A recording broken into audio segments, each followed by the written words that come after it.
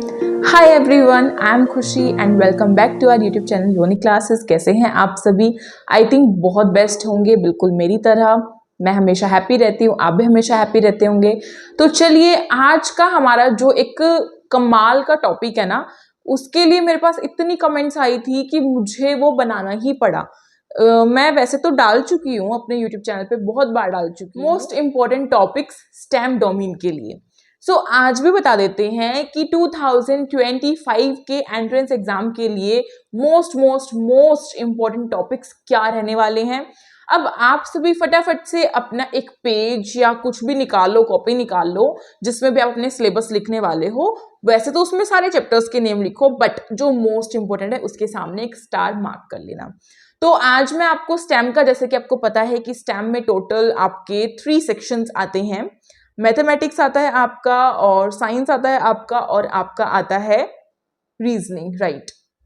तो ये 3 जो सेक्शंस हैं, इसके हर एक के इंपॉर्टेंट टॉपिक्स आपके साथ आज मैं डिस्कस करूंगी। तो फटाफट से इस वीडियो को स्टार्टिंग से लेके एंड तक देखना आप सबकी जिम्मेदारी है भाई, क्योंकि अगर आपने कहीं भी बीच में स्किप किया तो उससे आपका कोई भी एक इंपॉर्टेंट टॉपिक जो है वो छूट सकता है। आप सभी अपने अटेंडेंस शो करने के लिए फटाफट से इस वीडियो को लाइक कर दो और कमेंट करो अपना नेम और अपनी क्लास।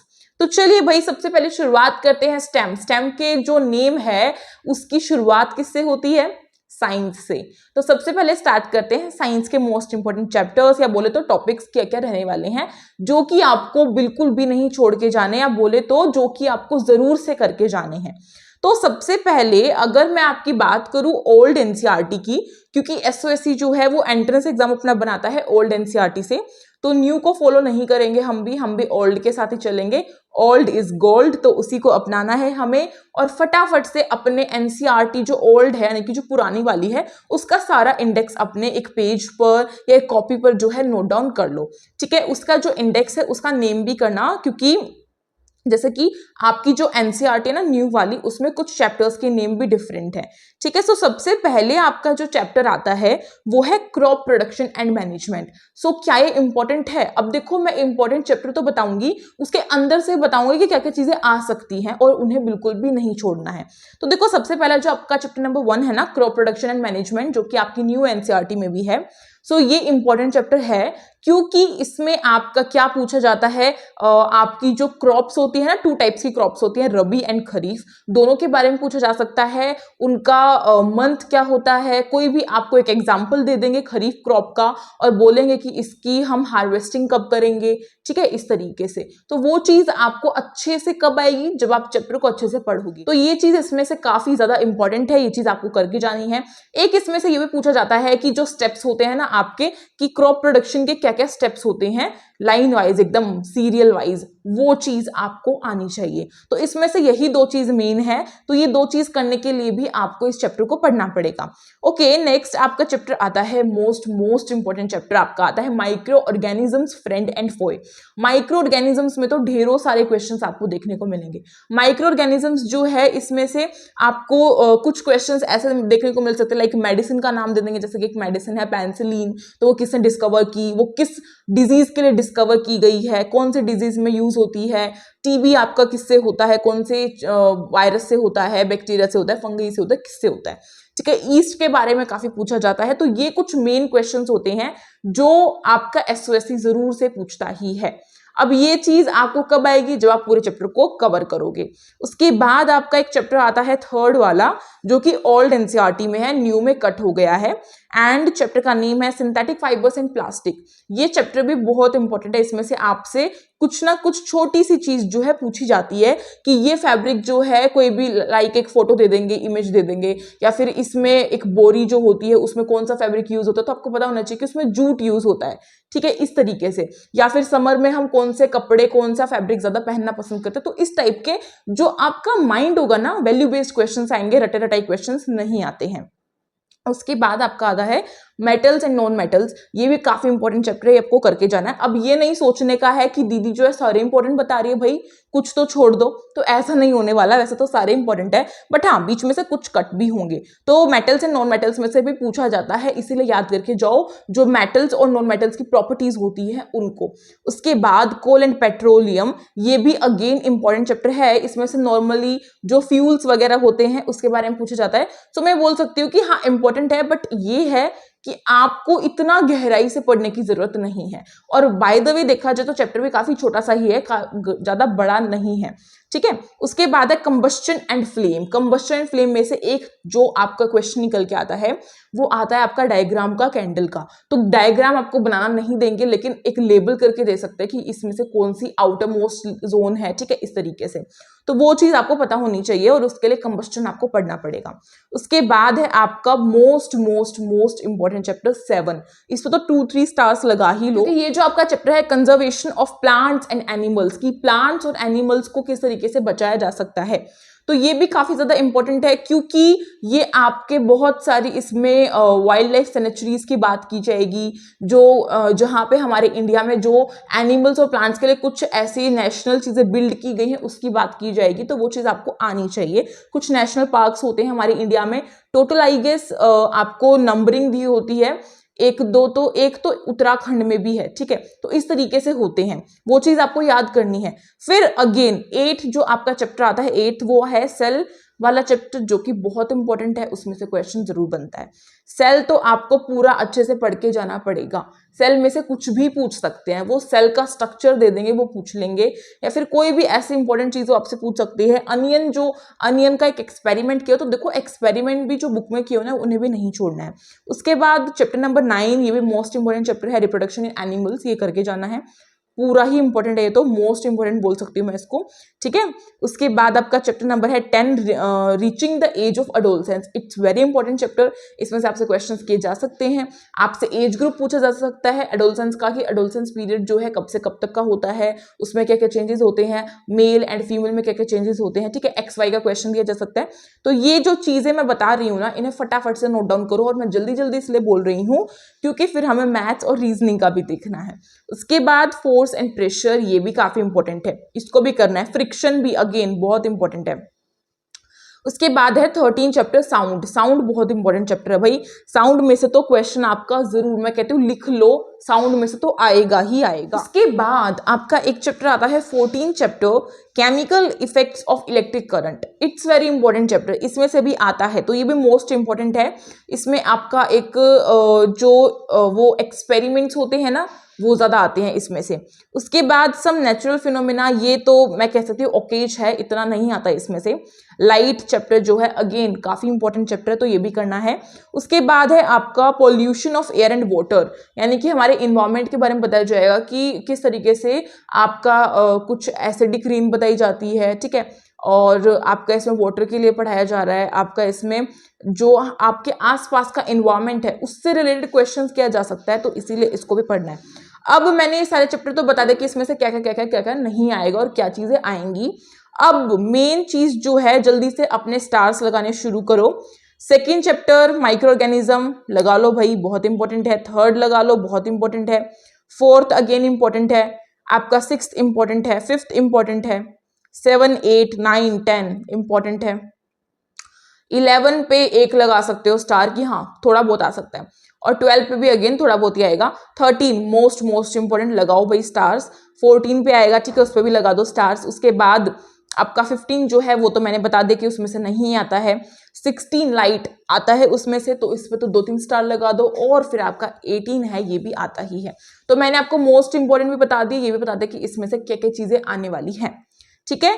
तो भाई उसके बाद बात करते हैं आपकी मैथमेटिक्स की, लास्ट रीजनिंग पे चलेंगे। मैथ्स आपकी काफी ज्यादा इंपॉर्टेंट है, आपको पता है सबसे ज्यादा मार्क्स यही कंटेन कर रही है। तो चलिए अब आ जाते हैं मैथमेटिक्स पर। मैथमेटिक्स में आपके ओल्ड एनसीईआरटी को ही खोलना है अगेन। सो इसमें ओल्ड एनसीईआरटी में टोटल नंबर ऑफ आपके चैप्टर्स थे 16। सो सबसे पहले बात करते हैं आपका मोस्ट इंपॉर्टेंट चैप्टर की, वो है आपका चैप्टर नंबर 8 कंपेयरिंग क्वांटिटीज। इसमें से तो भाई बहुत क्वेश्चन आएंगे आपको। आपके इसमें से प्रॉफिट लॉस के, कंपाउंड इंटरेस्ट के, सिंपल इंटरेस्ट के बहुत क्वेश्चंस आएंगे। एक टॉपिक इसी के साथ जोड़ लो, रेशियो एंड प्रपोर्शन, जो कि आपकी एनसीईआरटी में तो नहीं मिलेगा बट आपका आएगा। सो रेशियो एंड प्रपोर्शन भी आपका आने वाला इंपॉर्टेंट है। उसके बाद डेटा हैंडलिंग, अगेन काफी इंपॉर्टेंट चैप्टर है। Linear equation in one variable, इसमें से भी क्वेश्चंस आते हैं। रेशनल नंबर्स में से भी आते हैं। और आपका एक चैप्टर रहता है स्क्वायर एंड स्क्वायर रूट्स, इसमें से आएंगे। Chapter number 7 cube and cube roots में से आएंगे। अलजेब्रिक एक्सप्रेशंस एंड आइडेंटिटीज, जो आपकी 3 आइडेंटिटीज आपको दी हुई है ना, a प्लस बी का whole square, a minus B का होल स्क्वायर और a square minus B square, इनमें से भी आता है। तो ये वही वाला चैप्टर है, 9 चैप्टर। उसके बाद 10 चैप्टर में से इतना नहीं आता। फिर आता है आपका मेंसुरेशन में से, मेंसुरेशन चैप्टर जिसमें कि आपके एरिया, पैरामीटर और सरकमफ्रेंस आते हैं, सर्कल का एरिया आ जाता है, ठीक है। तो इन सारी शेप्स का एरिया, उसका फॉर्मूला आपको पता होना चाहिए, और अगर शेप को कट कर दिया है तो किस तरीके से आप उसका आंसर निकालोगे। तो क्वेश्चन कुछ इस तरीके से आते हैं। उसके बाद एक्सपोनेंट्स एंड पावर्स, इसमें से भी चैप्टर में से आपके क्या आते हैं, क्वेश्चंस आते हैं। और मैंने कहा था ना डायरेक्ट एंड इनवर्स प्रोपोर्शन, इसमें से भी आपके आते हैं, वही रेशियो प्रोपोर्शन वाला ही चैप्टर हो जाता है। एंड सबसे ज्यादा इंपॉर्टेंट पिछले साल आया था, वो था फैक्टराइजेशन। भाई इसमें से तो कूट कूट के क्वेश्चंस भरे हुए थे कि फैक्टराइजेशन से ही आए हैं। तो फैक्टराइजेशन को तो बिल्कुल भी भूल के नहीं जाना है, बहुत इंपॉर्टेंट है, बिल्कुल अच्छे से करके जाना है आपको। फिर लास्ट आपका एक चैप्टर आता है इंट्रोडक्शन टू ग्राफ्स, आपको ग्राफ्स का पता होना चाहिए, बार ग्राफ, पॉइंट ग्राफ और आपका पाई चार्ट, इन सब के बारे में पता होना चाहिए, वो आप डेटा हैंडलिंग में पढ़ोगे। और प्लेइंग विद नंबर्स में से कुछ खास नहीं आता है, तो जो मैंने बताया उनको जल्दी जल्दी स्टार मार्क कर लो। आपका चैप्टर नंबर 2, 1 और data handling, square and square root, cube and cube root, comparing quantities, algebraic expressions, mensuration, आपका exponents and powers, direct and inverse proportion, ratio and proportion और फैक्टराइजेशन इसमें से आता है, ठीक है। सो ये हो गया आपका मैथ्स का। अब हम बात करेंगे रीजनिंग की। देखो रीजनिंग जो है ना, एक ऐसा सब्जेक्ट होता है हमारे पास जिसकी हम जितनी प्रैक्टिस कर लें उतना कम है। क्योंकि देखो बेशक से आपके क्वेश्चंस खाली 10 आएंगे, पर वो 10 क्वेश्चंस भी बहुत सारे नंबर्स को कंटेन कर रहे होंगे। तो वो आप छोड़ के क्यों नहीं आ सकते, क्योंकि ऑफ कोर्स अगर छोड़ दोगे तो क्या ही हाथ लगेंगे, फिर तो नंबर ही नहीं आएंगे, बहुत सारे नंबर कट जाएंगे। तो अगर आपको रीजनिंग में अपने अच्छा खासा स्कोर करना है तो उसके लिए आपको एक फुल ऑन पूरे हर जो टॉपिक है ना, जो इंपॉर्टेंट है आपकी क्लास के अकॉर्डिंग, वो आपको करके जाना पड़ेगा। क्योंकि किसी को भी आप स्किप नहीं कर सकते हो कि मैंने ये छोड़ दिया तो मेरा ये चल जाएगा, मैंने ऐसे खाली ऊपरी ऊपरी तौर पर क्वेश्चंस देख लिए और मैं आंसर रट के चली गई तो मेरा हो जाएगा। तो ऐसा नहीं होने वाला है। जो बच्चा ऐसा सोच रहा है वो बिल्कुल गलत सोच रहा है। सो सबसे पहले मैं आप सबको बताना चाहती हूँ कि आप सब अपनी प्रिपरेशन कहाँ से कर सकते हो। अब देखो साइंस, मैथमेटिक्स, मैंने इंपॉर्टेंट जो टॉपिक्स हैं, चैप्टर्स के अंदर क्या इंपॉर्टेंट है सब कुछ बताया। बट आप सबके मन में ये होगा कि वो सब कुछ जो है एक नोट्स के फॉर्म में, एक एमसीक्यूज के पैटर्न में, पीवाईक्यू और मॉक टेस्ट कहाँ से करेंगे, कुछ तो सोर्स हो। तो भाई बहुत अच्छा सोर्स आप सबके लिए यूनिक क्लासेस लेकर आ चुका है। आप सबकी स्टेम की एनसीईआरटी से बेस्ड आपकी बुक स्टेम की यूनिक क्लासेस की तरफ से, जो कि एसओएससी के एंट्रेंस एग्जाम के लिए बेस्ट बुक है। और आप सब इसको परचेज करके अपनी तैयारी को और अच्छा कर सकते हो। और अगर इसकी फुल ऑन डिटेल चाहिए कि कहाँ से परचेज करोगे, क्या प्राइस रहेगा, क्या प्रोसीजर रहेगा, सब कुछ मैं आपको इंस्टाग्राम पर बताने वाली हूँ। इंस्टाग्राम की आईडी है यूनिक क्लासेस के नाम से, फॉलो करना मत भूलना और फटाफट से मुझे वहां पे मैसेज करो, मैं आपके मैसेज का आंसर भी दूंगी। ओके, अब दीदी ने बुक तो बना दी भाई, पर दीदी ने पिछले साल पेड कोर्स भी तो लॉन्च किया था, तो इस साल के बच्चों के लिए नहीं किया क्या? नहीं, ऐसी बात नहीं है, आप सबके लिए भी किया हुआ है। और आप सब भी अपनी प्रिपरेशन को और अच्छा कर सकते हो पेड कोर्स के थ्रू। अपने कॉन्सेप्ट्स को, रीजनिंग के कॉन्सेप्ट्स को, साइंस के, मैथ्स के हर कॉन्सेप्ट को क्लियर कर सकते हो। वीकली टेस्ट करके अपने आप का सेल्फ इवेल्युएशन कर सकते हो, जिससे कि खुद से आपको पता चलेगा कि आप कितने दूध में हो और कितने पानी में हो। चलो ये तो खैर बात रही आप सबकी पढ़ाई की। अब हम बात करते हैं आपके रीजनिंग के कुछ इंपॉर्टेंट टॉपिक्स की। सो क्लास 8 यानी कि 9th के लिए जाने वाले हो तो 8 के लेवल का ही पढ़ के जाओगे। अब 8 के लेवल का पढ़ के जाओगे तो उसमें से भी टॉपिक्स तो सेम ही रहेंगे ना। तो देखो मैं पहले आपको एक चीज क्लियर कर देती हूँ। अगर आपको टॉपिक्स के नाम पता चल जाते हैं और आप यूट्यूब पे डाल देते हो कि लाइक आपने डाल दिया कोडिंग टॉपिक आपको करना है, कोडिंग डिकोडिंग रीजनिंग का है, मिसिंग नंबर्स करने हैं, और आपने डाल दिया, तो वो आपके लेवल का निकल के नहीं आएगा। क्यों?